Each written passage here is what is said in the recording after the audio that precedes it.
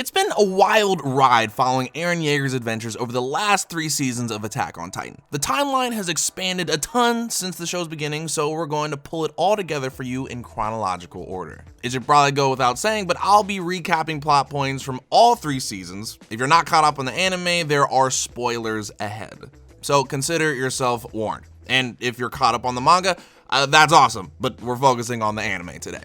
The Power of the Titans, 1003 BYO. This whole story begins when a young girl named YMIR Fritz comes in contact with something that gave her incredible powers. Whether she stumbled upon the source of all living matter or made a pact with the devil of all earth is simply a matter of perspective. Whatever the case may be, YMIR gains the power of the Titans and becomes the founding Titan, the progenitor of all Titans. The founding Titan has some specialized powers, including the ability to wipe people's memories. Well, most people. YMIR's descendants come to be known as ELDIANs, or subjects of YMIR. All ELDIANs and only ELDIANs possess the ability to transform into a Titan. Another fun trait of ELDIANs is that they're all connected by a shared neural pathway. The meeting point, or coordinate, is the founding Titan. Neat. ELDIANs say that YMIR used her powers to do humanitarian tasks like build a giant network of roads and cultivate lands. The 9 Shifters, 990 BYO. 13 years after gaining the power of the Titans, YMIR Fritz dies. Her soul, or something, splits into the 9 Titan Shifters. 9 Eldians inherit these shifters. If you want to know more about the Titan Shifters, we have a whole video about them on our anime channel, Again the Robot. Check that out. All these new shifters also die 13 years after they inherit the power. This shifter trait becomes known as the Curse of YMIR. The founding Titan stays with the Fritz family, who become the royal line. They have a charming ritual where their heir to the founding Titan is turned into a pure Titan and allowed to eat the preceding founding Titan. The other shifters go to noble houses, and those nobles are the only people immune to the founding Titan's memory wiping ability. The Eldian Empire, 990 BYO, 743. The first batch of Titan shifters are really feeling their new strength, so they start waging war on the powers that be, namely the nation of Marley. With their Titan powers, the Eldians easily kick Marley's butt and establish the Eldian Empire, which will last for nearly 1800 years and grow to encompass the entire continent. Of course, large-scale conquest comes at a massive cost. The Eldians campaign claims countless lives and steamrolls entire cultures. The Great Titan War, founding of PARADIS, 743. Because they've got all 9 freaking Titan shifters in addition to normal Titans, Eldia is unstoppable. But the greatest threat to the Empire comes from within, in the form of infighting amongst its nobles. By the time Karl Fritz becomes king in 743, the other 8 shifter houses are squabbling amongst themselves, probably just because everyone got bored with being the best. But Karl has another problem. He feels super guilty about how Eldia is responsible for killing like 3 times the world population. Understandably so. So he decides to let Elda die. There's more to this, but we haven't gotten there yet. In any case, so begins the Great Titan War. It starts out as a civil war between the Eldian nobility, but of course, the Marleyans see their chance and take it. Karl straight up refuses to fight, so Marley topples Eldia and usurps 7 of the 9 Titan shifters. Karl and a bunch of his subjects flee to an island called PARADIS, and Karl immediately gets busy. He uses the founding Titan's hardening to make 3 gigantic walls. Maria on the outside, Rose in the middle, and Sheena as the innermost wall. Inside Wall Sheena is the new version of the Eldian capital, Mitras. The founding Titan's abilities also enable Karl to make all of his subjects forget everything that happened before they settled inside the walls. He and his inner circle feed the public a bogus story that Titans simply appeared in 743 and eradicated the rest of the human race, forcing the remaining population to take shelter behind the walls. On top of all that, he makes a vow to never go to war and instills it in the inherited memories of the founding Titan. That way, every inheritor after him will continue to stay on Paradise Island and not tell the populace about Eldia's past. Oh, and he also changed the royal name from Fritz to REISS, and appoints a fake king to the throne as REISS's rule from the shadows. It's the perfect plan, but too bad the nobles are immune to that trick anyway. When one particular family, the ACKERMAN'S, turn their backs on the royal family, they are viciously persecuted. Cult of YMIR disbanded, 785.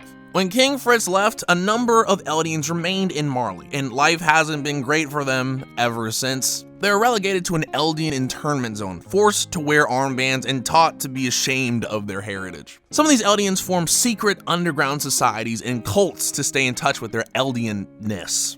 The head of one such cult takes a nameless Eldian orphan from the streets, names her YMIR Fritz, and presents her to his cult as the heiress of the royal line.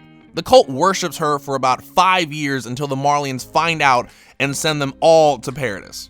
But they're hardly the only ones. The Marleyans would take criminalized Eldians to the perimeter of PARADIS, inject them with Titan spinal fluid, and kick them off the wall as they transformed. The Eldians would transform into mindless Titans, doomed to wander or maybe even reach the city walls and eat their own people. Vertical maneuvering equipment embedded, around 810. The Society of PARADIS reaches industrial age technology despite the fact that they're pretty much starting from scratch. They've got cannons and factories and a printing press, so they're doing okay. Marley's got the upper hand with photographs and blimps, but PARADIS has its own special invention, 3D maneuvering gear. Soldiers use these contraptions to grab onto vertical surfaces and swing around like steampunk Spider-Men, or Spider-Mans. Anyways, it's perfect for outmaneuvering Titans. The equipment also features blades made of ultra steel, which is excellent for cutting Titan flesh. 3D maneuvering gear is standard for the PARADIS military and its 3 branches. The scouts explore beyond the walls, the garrison guards work the perimeter of the walls, and the military police hide behind the walls while everyone else does all the work. The Blimp Incident, 817. One fateful day back in Marley, 2 young Eldian siblings, GRISHA and YEAGER, sneak outside of the Eldian internment zone because they want to see blimps take off. Some guards find them and they beat the snot out of GRISHA and kill Faye. The Marley military orders GRISHA's father to re-educate his son on their ancestors' shameful criminal history, but GRISHA is on the verge of cracking. Still, he bites his tongue and becomes a doctor. GRISHA joins the Eldian Restorationists, 824. When GRISHA learns that those guards fed his sister to dogs, he joins the Eldian Restorationists in their goal to overthrow Marley and restore Eldia. Here, GRISHA meets Dinah Fritz, the last actual Fritz on this side of the ocean. A year later, GRISHA and Dinah get married and have a bouncing baby boy, Zeke. REISS becomes king. Kenny Ackerman adopts Levi Ackerman. Meanwhile, back in PARADIS, the REISSes continue to pass the Founding Titan down from one generation to the next. And because the Founding Titan is now overrun by the will of the so-called First King, every ruler has a very similar pacifist vibe. In 829, REISS inherits the Founding Titan. Soon after, he has a run-in with a young whippersnapper named Kenny Ackerman. Kenny's there to kill him, but in a twist that surprises literally everyone present, Uri apologizes. That gesture earns Kenny's respect, so he agrees to work for Uri, thus ending the persecution of the ACKERMAN'S. Shortly after that, Kenny Ackerman goes to visit his sister Kuchel in the underground, a seedy, hidden city underneath the Sheena district. Since the Ackermans had fallen on such hard times, Kuchel had been working as a prostitute. When Kenny finds her, she's long dead, and her son Levi isn't far off. Kenny takes young Levi under his wing until the kid can get by on his own in the underground. Oh, and he never tells them that they're related, or the truth of Levi's ancestry. Erwin Smith's father is killed, around 830. Lots of people accept their lives as they are thanks to King Fritz's hoax, but there's always some who dig deeper. One child, Erwin Smith, has the gall to ask in school one day why humanity doesn't remember anything. His father happens to be his teacher, and when they get home, he explains it is, indeed, super fishy, and the royal government is totally BSing everyone. The next day, Erwin tells his friends about his fascinating theory, but the military police overhear him. His father dies in an accident hours later. Erwin eventually joins the Survey Corps, driven to prove his father was right all along. That same year, Marley announces their new warrior program. Eldian children would become vessels for the shifters that Marley actually has in their possession. Military weaponry around the world is advancing, and Marley is struggling to keep up with resources. PARADIS just so happens to be a hotbed of fossil fuels, so Marley plans to send some of the Eldian warriors over. An Eldian spy within the military, the Owl, informs restorationists of Marley's plan. So GRISHA makes his son, Zeke, enlist in the program as a double agent. GRISHA and Dinah do their best to indoctrinate Zeke on how awesome it would be if Eldia overthrew Marley. After all, Zeke has royal blood, but it totally blows up in their faces. Eldian restorationists disbanded. GRISHA inherits the Attack Titan, 832.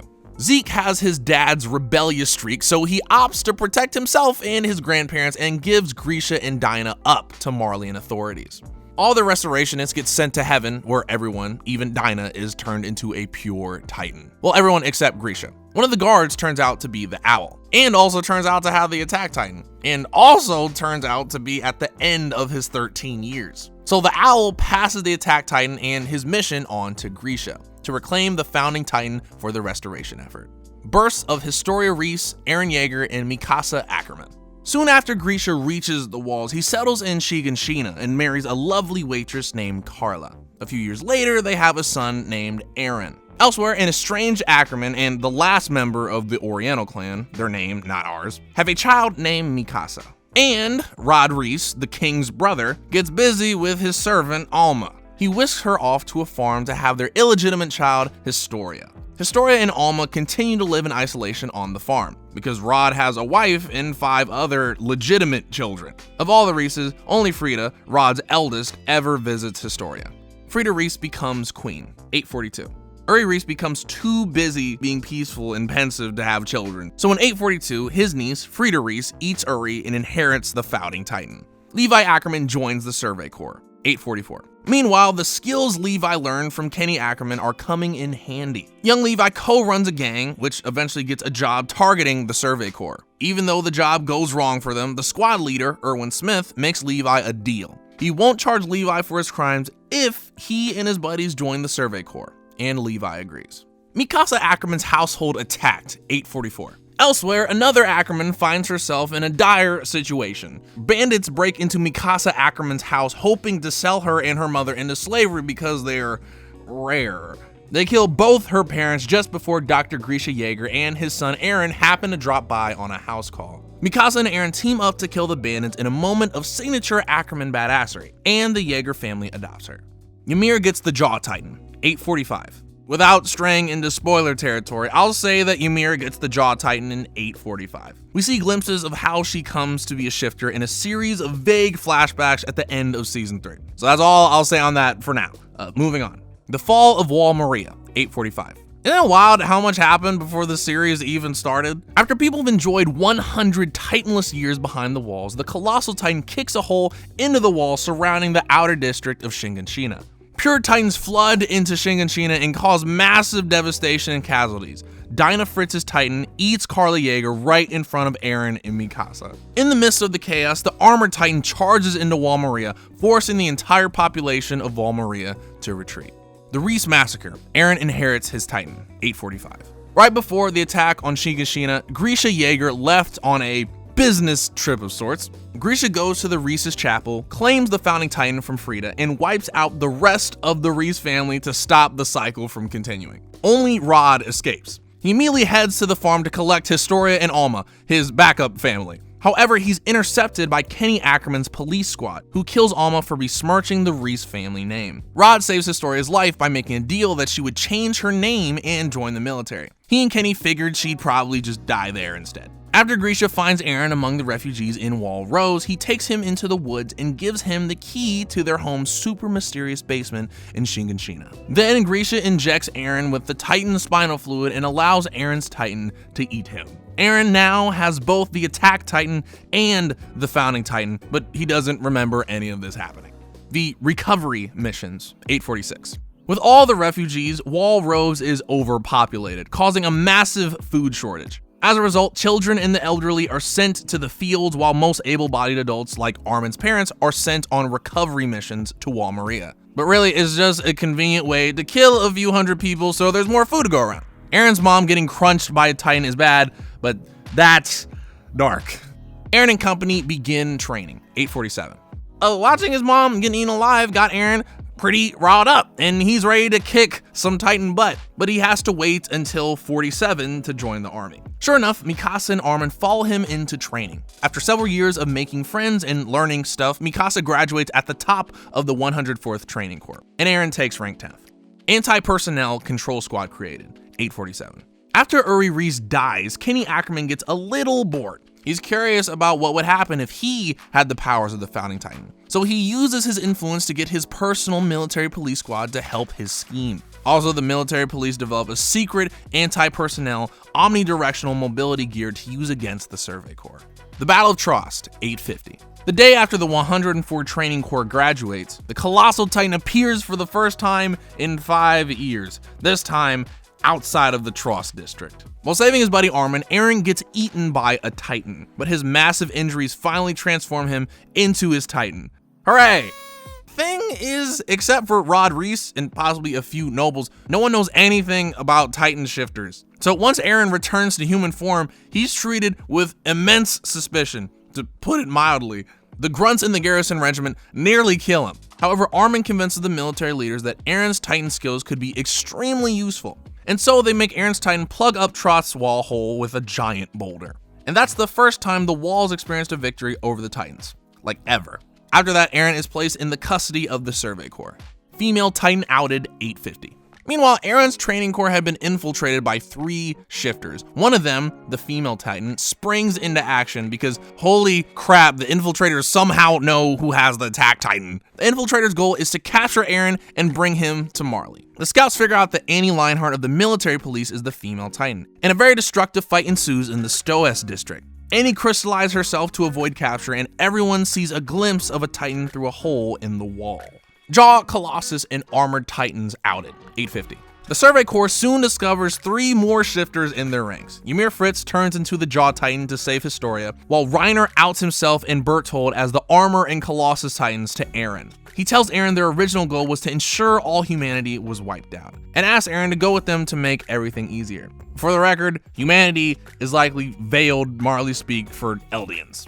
Well, Eren refuses, and a battle erupts on Wall Rose, forcing nearby residents to temporarily take refuge in the underground. In the ensuing drama, Berthold and Reiner convince Ymir to return to Marley. Also, a bunch of random Titans kill Dinah Fritz's Titan when Eren accidentally uses the Founding Titan's Scream ability. Months later, he'll realize that he can use the Founding Titan's ability only while touching someone from the royal family. Oh, and the scouts also meet the Beast Titan at some point. Meanwhile, one scout, Connie, returns to his home village and sees a Titan that looks a lot like his mother, who says, "Welcome home." The superiors start to suspect that the Titans are actually transformed people. The government coup. Historia REISS becomes queen, 850. The scouts are getting much too close to discovering what's actually going on. They even have a captive, Pastor Nick, who knows about the Titans in the walls. So the government freezes their activities outside the walls and orders them to hand over Eren and Historia. Instead, the scouts figure out that the government's a sham and the REISSes are the real royal family, so they stage a coup d'etat. Nonetheless, Kenny kidnaps Eren and Historia and takes them to Rod Reiss. Rod tells them all about Grisha's massacre and the lineage of the Founding Titan, encouraging Historia to eat Eren and restart the cycle. Historia refuses, smashing the vial of spinal fluid that would titanize her. Rod's desperate, so he licks some spinal fluid off the ground and transforms into a freaking gigantic abnormal Titan. Also, Eren desperately drinks a bottle that says armor and gets Titan hardening skills. Just as Rod's about to attack the nearest town, Historia kills him and reveals to the thankful citizenry that she's the true queen. Also, Kenny dies in the whole mess and gives Levi a syringe of Titan spinal fluid that he snagged from Rod. The Survey Corps engineers 2 new pieces of technology to make Titan killing easier. First, there's the Executioner from Hell, a large device that smashes the nape of Titans who approach the wall. There's also Thunder Spears, heavy metal spears loaded with explosives specially designed to pierce the armored Titan. The Battle of Shiganshina, Eldian history recovered, 850. Bolstered by a new boost of public support, the new recruits, Eren's new harding skills, and their new tech, the scouts head out to plug the holes in Wall Maria and reclaim Shiganshina. Oh, and they also have to check out Eren's basement. It's pretty important that they go down there. Eren plugs the holes in the walls using his hardening, but the battle is disastrous. The Colossal, Armor, and Beast Titans are waiting for them. And out of the 100-ish scouts that left for battle, only 9 return. This includes one of the most dramatic scenes in anything ever, where Armin and ERWIN are both on the brink of death, and Levi has to choose which one to use the Titan Serum on. After so much yelling and peer pressure, he chooses Armin. The only shifter the scouts manage to take prisoner is Berthold, so they feed him to Armin, turning him into the new Colossal Titan. ERWIN doesn't make it, so Hanzo becomes the commander of the scouts. But that's not all. Eren and company head to the basement of Destiny and recover some books, written by Grisha, with pictures. They learn almost everything this timeline has told you about the before the wall stuff. The military decides to make this information public and publish the full history in the newspaper. Repopulation of YMIR, 851. By the end of the following winter, the military clears all Titans from within YMIR, and the refugees can finally return home. After that, a few Titans remain even outside the walls. So the Survey Corps sets out on their first expedition outside the walls in 6 years, and they become the first citizens of PARADIS in 100 years to see the ocean. And that's the end of season 3. I'd ask you what you think's gonna happen, but some of you already know. Please don't tell us. But if you love anime, you may want to subscribe to our other channel, Getting the Robot. It's all anime all the time over there. Thanks for watching.